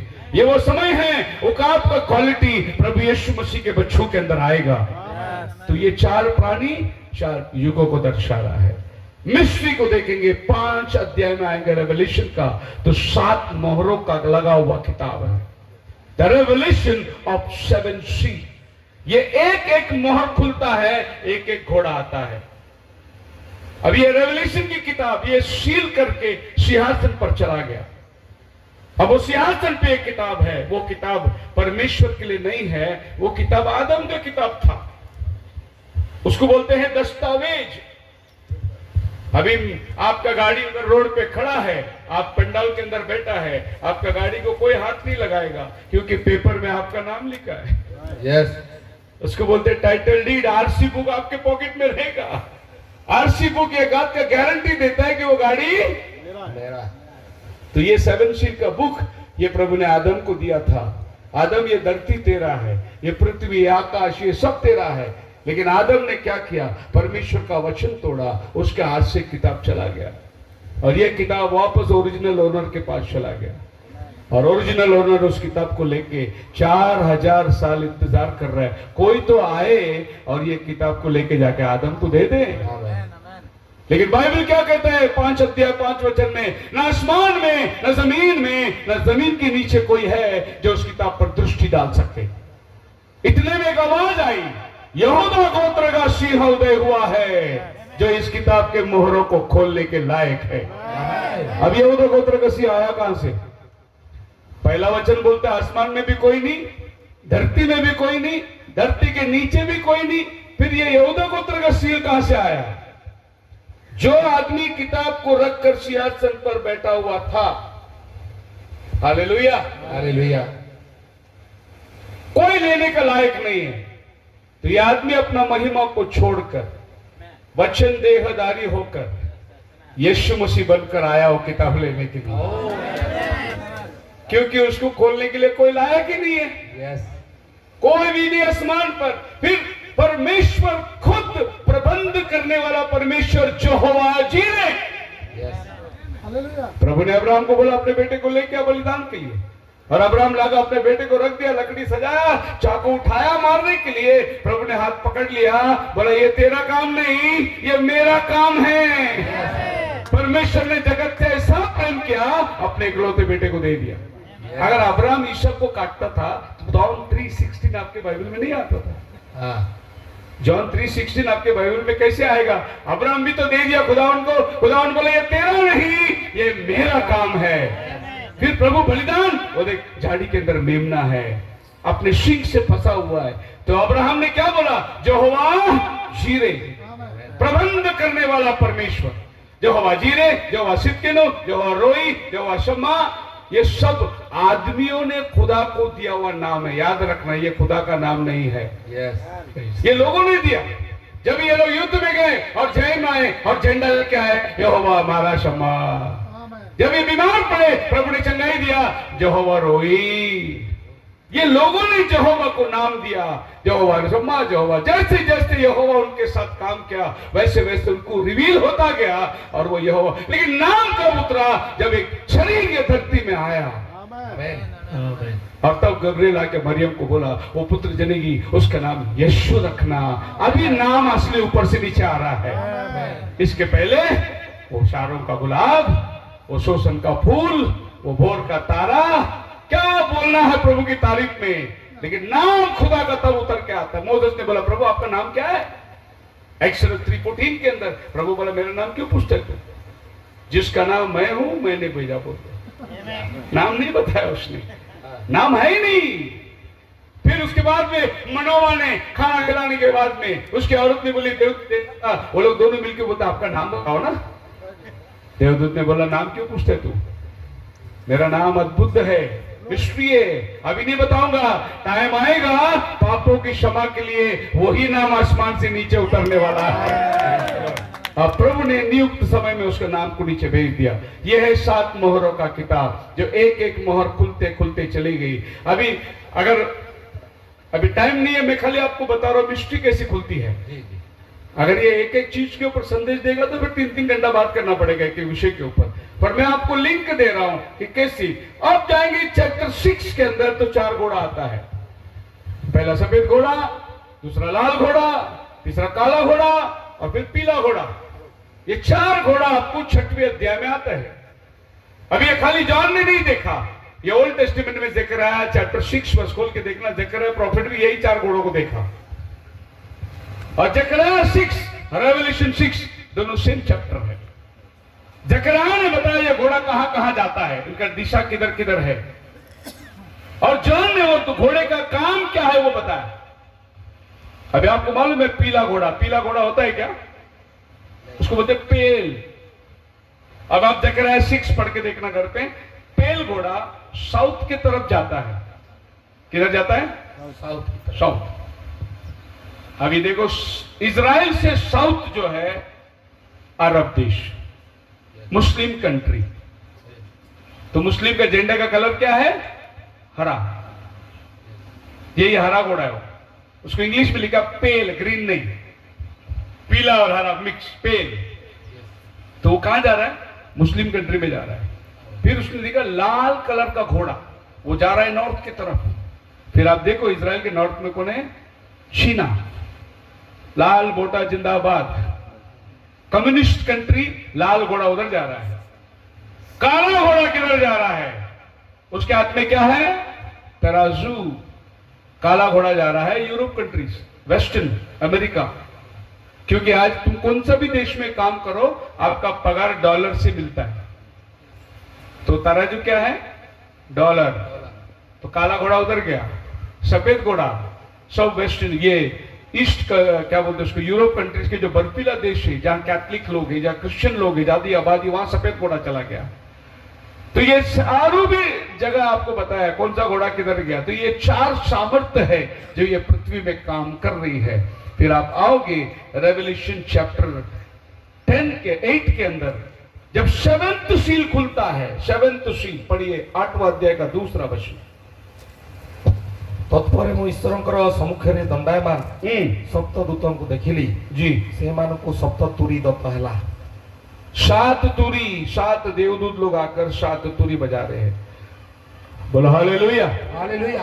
पास्टर जी कितने टाइम तक प्रचार करूं, 1 बजने को आया, 1:30 बजे। हाँ चलेगा 1:30? आप जो टाइम देगा वही टाइम पे प्रचार करूंगा मैं टाइम में बहुत पक्का आदमी हूँ। यस। आप मेरे YouTube मैसेज खोल के देखिए, मैं ज्यादा 45 मिनट्स बात करता हूँ, उससे ज्यादा बात नहीं करता। मैं जो लेके आया सब देख के नहीं जाऊंगा, तुम खाओगे तो दूंगा। Yes yes. हालेलुया। नहीं तो प्रीचिंग चलते रहे, लोग सोते रहे, ऐसा प्रचार नहीं करना है, लोगों को जगा के रखना है। तो आप मेरे को पास्टर ने 1:30 बजे तक बोला है, तो 1:30 बजे मत खत्म करूंगा। सेकंड सेशन मुझे मालूम नहीं कितने बजे चालू करने वाले, सेकंड सेशन 2:30 बजे। खाना खाने के बाद 2:30 2 बजे 2:30 ओके। खाना खाने के बाद 1 घंटा रेस्ट के लिए टाइम दो। यस नहीं तो इधर बैठ के सोएंगे वो लोग। Yes yes. थोड़ा सा एक रेस्ट, आधा 1 घंटा रेस्ट मिलेगा ना, फिर लोग बैठ के वचन। मैं सब जगह देखा सब ऐसे, खाना खाने के बाद कोई नहीं सुनता वचन। Okay okay. खाना खाने के बाद 1 घंटा रेस्ट दे दो लोगों को, उसके बाद बिठाओ, फिर मजा आएगा प्रचार करने। Okay okay. बोलो हालेलुया। हालेलुया। ज्यादा प्रचार नहीं करना, खाली 1 घंटा प्रचार करेंगे, लेकिन उस 1 घंटे के आपको बहुत सारा मसाला दूंगा। आपको समझ में आएगा कि आप इसको जाके होमवर्क कर सके, और आज रात को आप जाके होमवर्क करो, कल वापस आ जाओ, और भी मसाला दूंगा आपको मैं। Yes yes. आपको विश्वास को ठोस आधार बनाना है। यस। बोलो हालेलुया। हालेलुया। मैं कोई कलीसिया को तोड़ने के लिए नहीं आया, ये कलीसिया से वो कलीसिया में लेके जाने के लिए नहीं आया। आप कौन से कलीसिया में जाते हैं, कहां जाते हैं, मुझे उससे कोई मतलब नहीं। मैं प्रभु यीशु मसीह की दुल्हन से बात करने आया हूं, जो रैप्चर में जाने की तैयारी है, उनसे बात करने के लिए मैं आया हूं। तो आप ले लो उस संदेश को, क्योंकि मुझे उड़ीसा से कोई मतलब नहीं है। और मैं कोई बिशप और रेवरेंड है ही नहीं कि मैं अपना ब्रांचेस बनाते जाना। मुझे खाली अंतिम दिनों का संदेश भेजना है लोगों को। और प्रभु ने एक बहुत बड़ा बोझ दिया है, तो मैं आगे आपको लेके जाना चाहता हूं। अभी गौर करिए, बहुत मिस्टीरियस बात है, और इस बात को समझने के लिए थोड़ी कठिन लगेगी आपको, लेकिन कोशिश करूंगा आपको समझाने के लिए। 8वां अध्याय का आप पहला वचन दूसरा वचन पढ़िए फिर से एक बार। मेष शाबक जेतेबेले सप्तम मुद्रा जी। पढ़िले सेतेबेले स्वर्ग रे प्राय अधघंटिका पर्यंत नीरवता विराजित हला। तो अभी बाइबल कहती है, जब उसने 7वीं मोहर खोली तो अध घड़ी तक सन्नाटा छा गया। 7th सील में साइलेंस है। पहला सील खुला, सफेद घोड़ा आया, दूसरा सील खुला, लाल घोड़ा आया, तीसरा सील खुला, काला घोड़ा आया, चौथा सील खुला, पीला घोड़ा आया, 5वां मोहर खुला, वेदी के नीचे आत्मा पुकार रही है, 6वां मोहर खुला, आसमान के तारे तुम के जमीन पे गिर रहे, 7वां मोहर खुला, कुछ नहीं, साइलेंस, सब खामोश हो गया। तो 7वां मोहर, अब देखिए 6 मोहर कहां खुलती है, 6वें अध्याय में, रेवलेशन चैप्टर 6 और उसका आप 12 वचन पढ़िए। मेष शाबक षष्ठ मुद्रा भागिबा समय रे मु देखिली महाभूमिकंप हला। हाँ। सूर्य लोम निर्मित कंबल परि देखो। कृष्ण वर्ण वो चंद्र 6 मोहर चैप्टर 6 में खुल गया, 6 मोहर चैप्टर 6 में 6 में खुल गया। 7वां मोहर चैप्टर 8 में खुलता है, बीच में चैप्टर 7 रह गया। प्रभु ने 6 सील और 7th सील के बीच में 7th चैप्टर रखा, इसको टच नहीं किया प्रभु ने। अब ये 7th चैप्टर में क्या है, 1,44,000 यहूदी लोग उद्धार पा रहे हैं। आमेन। इसका मतलब 6 मोहर खुलने के बाद 7वां मोहर खुलने के पहले यहूदियों का उद्धार होगा। आमेन। इसके लिए प्रभु ने उसको बीच में रख दिया। यस आई बात समझ में? Yes yes yes. थोड़ा यहाँ, थोड़ा थोड़ा वहां। अभी आपको समझना है कि ये थोड़ा यहाँ थोड़ा वहां, इसको कैसे ले। एक बार मेरी डिबेट हो रही थी, कुछ मुस्लिम लोग थे और उन्होंने उत्पत्ति का पहला अध्याय पढ़ा, मेरे को बताया कि सूरज चौथा दिन बन गया, फिर पहला दिन शाम कैसा हुआ, सूरज चौथा दिन बना। फिर पहला दिन शाम हुआ, सुबह हुआ, शाम हुआ, सुबह हुआ, 3 दिन शाम सुबह कैसा हुआ, सूरज ही चौथा दिन बनाए। तो मैं बोला आप बाइबल को इधर से मत पढ़ो, बाइबल को बीच में से पढ़ो, क्योंकि वो सूरज बनने के पहले क्या था अय्यूब ने लिखा है। आमेन। अय्यूब ने लिखा है, डोरी खींच रहा था, तभी तारा किधर था, पृथ्वी किधर था, अय्यूब तू किधर था, सब लिखा उधर। उत्पत्ति में क्या लिखा है, आदि में परमेश्वर ने आकाश और पृथ्वी की सृष्टि करी, यहाँ से उत्पत्ति चालू होता है, लेकिन अय्यूब उत्पत्ति का पहला जाता है। आमेन। तो उसने मेरे को बोला, फिर ये बाइबल बीच में क्यों है, इधर रहना चाहिए था ना। मैं बोला तुम जैसे को ठोकर लगने के लिए प्रभु ने उसको बीच में रखा है। और हम तो प्रभु के सुने हुए, हमको मालूम है शुरुआत इधर होती है, इधर होती है। आपका बाइबल में अय्यूब सबसे जुना किताब है। उत्पत्ति का किताब मूसा ने लिखा, आदम के 3000 साल के बाद लिखा, लेकिन उससे पहले अय्यूब ने किताब लिखा। सृष्टि का सब उत्पन्न अय्यूब की किताब में है। तो आपको मालूम है कि वो समझ के भी नहीं समझेंगे, इसीलिए ठोकर का कारण वो बन गए। तो मसीह में मेरे प्रिय लोगों, ये बात को ध्यान देना, 6th चैप्टर में 6th सील खुलता है, 8th चैप्टर में 7th सील खुलता है, 7th चैप्टर बीच में रह गया, और 7th चैप्टर यहूदियों के पास जा रहा है। वो 2 प्रॉफिट लोग आता है, यहूदियों का उद्धार है। ओके, अब ये 7 सील्स की बात है। अब 7 ट्रम्पेट्स पढ़ेंगे, पढ़िए रेवलेशन चैप्टर 9।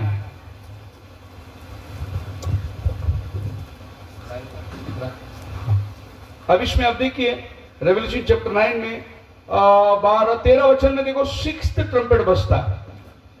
षष्ठ दूत तुरी ध्वनि करन्ते ମୁଁ ଈଶ୍ୱରଙ୍କ ସମ୍ମୁଖସ୍ଥ ସୁବର୍ଣ୍ଣ ବେଦୀର ଶୃଙ୍ଗମାନଙ୍କ ମଧ୍ୟରୁ ଗୋଟିଏ ସ୍ୱର ଶୁଣିଲି। And the sixth angel sounded, and I heard a voice from heaven of Abba's golden altar. Sixth angel trumpet बजाया, सातवां दूत, है ना? 6 ट्रम्पेट 8 और 9 में बजा। अभी ऐसा लेंगे, ये 8 अध्याय, ये 9 अध्याय, इधर 6 ट्रम्पेट बजता है, लेकिन 7th ट्रम्पेट किधर बजता है? 11वां अध्याय 14 वचन, रेवल्यूशन चैप्टर 11 वर्स 14। और 7वां दूत ने तुरी फूका। अभी देखो 9 में 6 ट्रम्पेट हो गया, 7th ट्रम्पेट 11th में चला गया, 10th अध्याय छूट गया। अभी साइमल्टेनियसली आप ही मेरे को जवाब दो, 6th सील और 7th सील के बीच में यहूदियों का उद्धार है, तो फिर 6 ट्रम्पेट और 7वां ट्रम्पेट के बीच में अन्य जाति का उद्धार है। रेवल्यूशन 10 में क्या हुआ? आसमान से खुली हुई किताब नीचे आ गई, एक पैर समंदर में और धरती में, यूहन्ना ये किताब लेके खा, तेरे मुंह में मीठा लगेगा, तुझे बहुत लोगों को भविष्यवाणी करना है। ये ब्राइड की मिनिस्ट्री है। सो ब्राइड की मिनिस्ट्री को प्रभु ने किधर प्लेस किया? 8th चैप्टर 9th चैप्टर में 6 ट्रम्पेट बज गया, 7th ट्रम्पेट 11th चैप्टर में बज रहा है, 10th चैप्टर में प्रभु ने ब्राइड की मिनिस्ट्री को रख दिया है। अभी आपको समझ में आएगा, थोड़ा यहाँ, तो आपको बाइबल पढ़ने का तो इस तरीके से पढ़ के जाओगे तो आपको समझ में आएगा। और ये समझ नॉलेज नहीं देगा, ये समझ विजडम आपको देगा, पवित्र आत्मा के द्वारा आपको ये बात समझ में आ जाएगी। उसके बाद में आप रेवल्यूशन 10 में आ जाओगे तो 7 थंडर आता है, और ये 7 गर्जन अपनी आवाज को दे दी। आप देखिए बाइबल अच्छे से क्या लिखा है? uttered their voices, मतलब हर गर्जन ने अपना खुद का आवाज दिया। अभी गर्जन क्या है? धड़म धड़म धड़म धड़म आवाज है, लेकिन उसके अंदर मिस्ट्री छुपा हुआ है। आमीन। अब ये गर्जन क्या है? जब पर्वत पर, एक्सोडस चैप्टर 20 में आप पढ़ सकते हैं, जब मोसेस पर्वत पर गया 3 दिन, और फिर नीचे प्रजा खड़ी थी, सब पर्वत को प्रभु ने बोला बाउंड्री बांध देना, कोई नजदीक नहीं आना, प्रभु आज से 3 दिन में नीचे उतर के आने वाला है। और जब प्रभु उतर कर आया, मूसा के प्रभु बात कर रहा है, मुझे छोड़ के इसको ईश्वर करके न मानना, चोरी न करना, झूठ न बोलना, प्रभु बात कर रहा है, मोसेस लिख रहा है, लेकिन नीचे खड़े रहने वाले को गर्जन सुनाई दे रहा है। आमीन। जब मोसेस नीचे उतरा तो लोगों ने क्या बोला? बाबा खुदावन को बात करने मत बोल, हम लोग को सुनने को नहीं होता, बिजली धड़कता है। तू खुदा से बात कर, तू हमारे को आके बोल, हम तेरी सुनेंगे। खुदा को बोल हमसे बात नहीं करने का, क्योंकि जब खुदा बात करता है तो थंडर, और वही थंडर जब नबी लेके बोलता है तो मैसेज। हालेलुया। सो मोसेस थंडर को लेता है, मैसेज देता है लोगों को। इसीलिए मोसेस अंदर जाने के टाइम पर्दा खोलने का, बाहर आने के टाइम मुंह में पर्दा डालने का। तो प्रभु ने उसको बोला अब तू ही बात कर ले। अब मोसेस लोगों के साथ संपर्क करने लगा। सो थंडर का मतलब है खुदावन की वाणी, खुदावन का बात। तो ये 7 गर्जन होता है, एक के पीछे एक के पीछे एक। लेकिन अगर आप पढ़ोगे, पहला मुहर खुला, देखिए क्या होता है, चैप्टर 6 रेवल्यूशन का, और उसका 1-2 वचन पढ़िए। तो मैं शशाबको सप्त मुद्रा मध्यरु प्रथम मुद्रा भांगिबार देखिली, आ चारि प्राणी को मध्यरु जनकु वज्र निर्घोष स्वर यहाँ कहूथरा सुनिली, आस सेथिरे मु दृष्टिपात कली। अब जब 6वीं मुहर खुली तो एक प्राणी ने आकर बोला आ और देख, इनविटेशन दे रहा है। ये इनविटेशन देने वाला खाली 4 सील तक था, 5वां सील में कोई इनविटेशन नहीं है। देखिए ये पहला सील खुला, दूसरा सील जब खुलता है देखो वो प्राणी आके बोलता है आ और देख, है ना?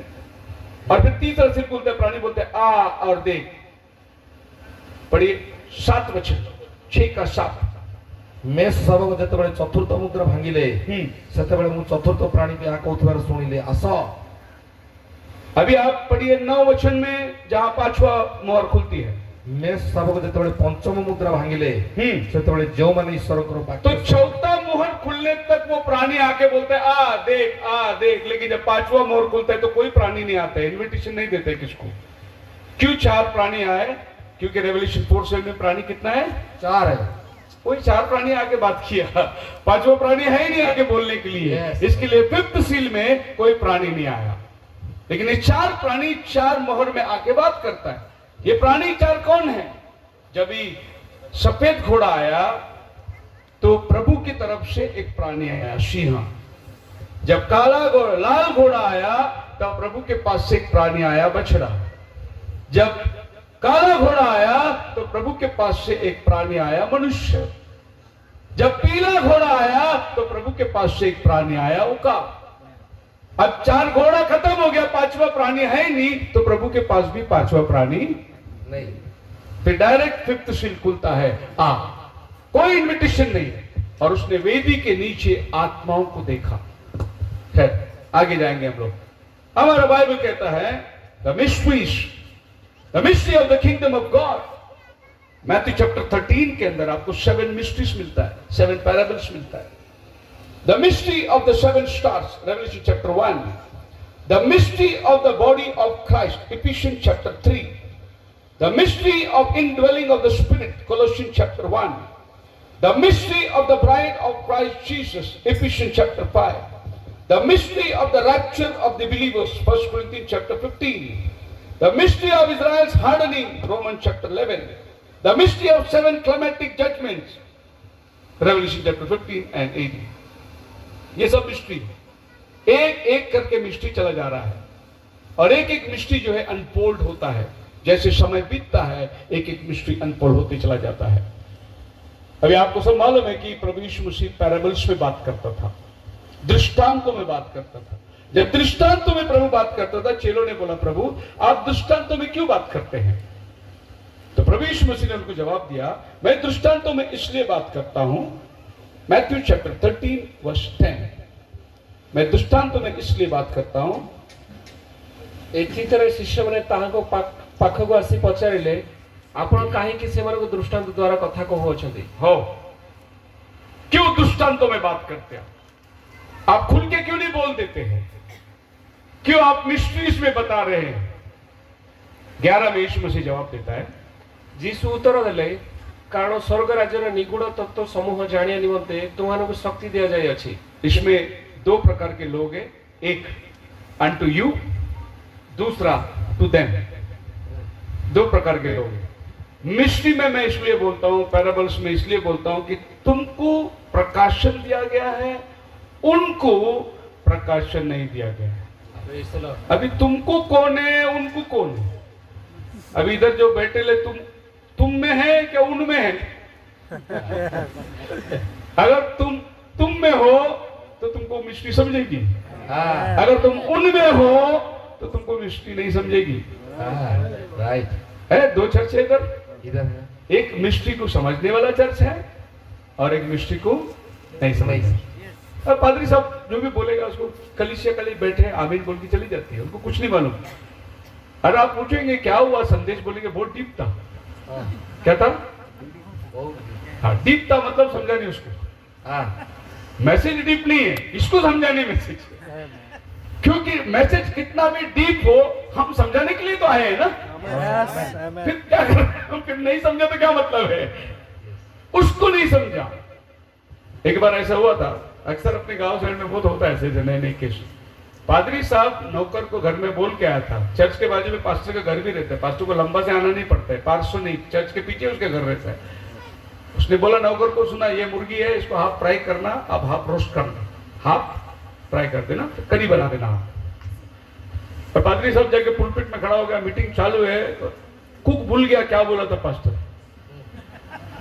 वो उधर से मुर्गी लेके आके दरवाजे के पीछे खड़े रह के पास्टर को बताया क्या करने का इसका। तो पादरी साहब बोला, भी ऐसा टाइम पे पूछा क्या बताऊंगा उसको। पादरी साहब लाओ हम सब लोग खड़े हो जाएंगे। तो सब लोग खड़े हो गए, हाफ रोस्ट, हाफ करी, आमीन। किसको भी मालूम नहीं पास्टर ने क्या बोला, कुक को समझ गया, हाफ करी आप वो भाग गए चिकन में जाके बनाने के लिए, लेकिन चर्च वाले लोग आमीन। वैसे आज भी अगर आप मिस्ट्री का वो वाला रहेंगे, ये वाला रहेंगे, तो आपको कुछ नहीं समझेगा। आपको भेद की बातें समझना है खुदावन आज आपसे बातें करेगा। सो हम लोग सब खड़े हो जाएंगे, सब लोग खड़े हो जाएंगे। Hallelujah hallelujah hallelujah hallelujah. Thank you Jesus, thank you Jesus, thank you Jesus, thank you Jesus. प्यारे प्रभु तेरा शुक्र है, अब तक के समय तूने अगुवाई किया और दूसरी सेशन में हम इकट्ठे होने वाले हैं, तब तक के लिए तू हमें आशीषित कर, दया और दया कर, तेरा वचन समझाने का अनुग्रह कर। दुआ प्रभु यीशु के नाम से मांगते हैं, सुन और कबूल कर। आमीन। Hallelujah hallelujah. इसका सेकंड पार्ट में सेशन के बाद मिलूंगा और सिर्फ एक ही एग्जाम्पल में मैं आज शाम का मैसेज आपको प्रीचिंग करूंगा। वो औरत जो आटा गूंथती है ना, पढ़ा आपने, वो खाली उतना ही पैराबल लेके नेक्स्ट सेकंड में हम लोग करेंगे, उसके अंदर बहुत मसाला छुपा हुआ है। खुदावन आप सबको आशीष। Praise the Lord. Praise the Lord. Praise the Lord. God bless you. Thank you, sir. God bless you. Amen. ସମସ୍ତେ ବସିବା। ଏହି ସମୟରେ ଆମମାନଙ୍କ ମଧ୍ୟରେ ଗୋଟେ ଗୀତ ଗାଇବା।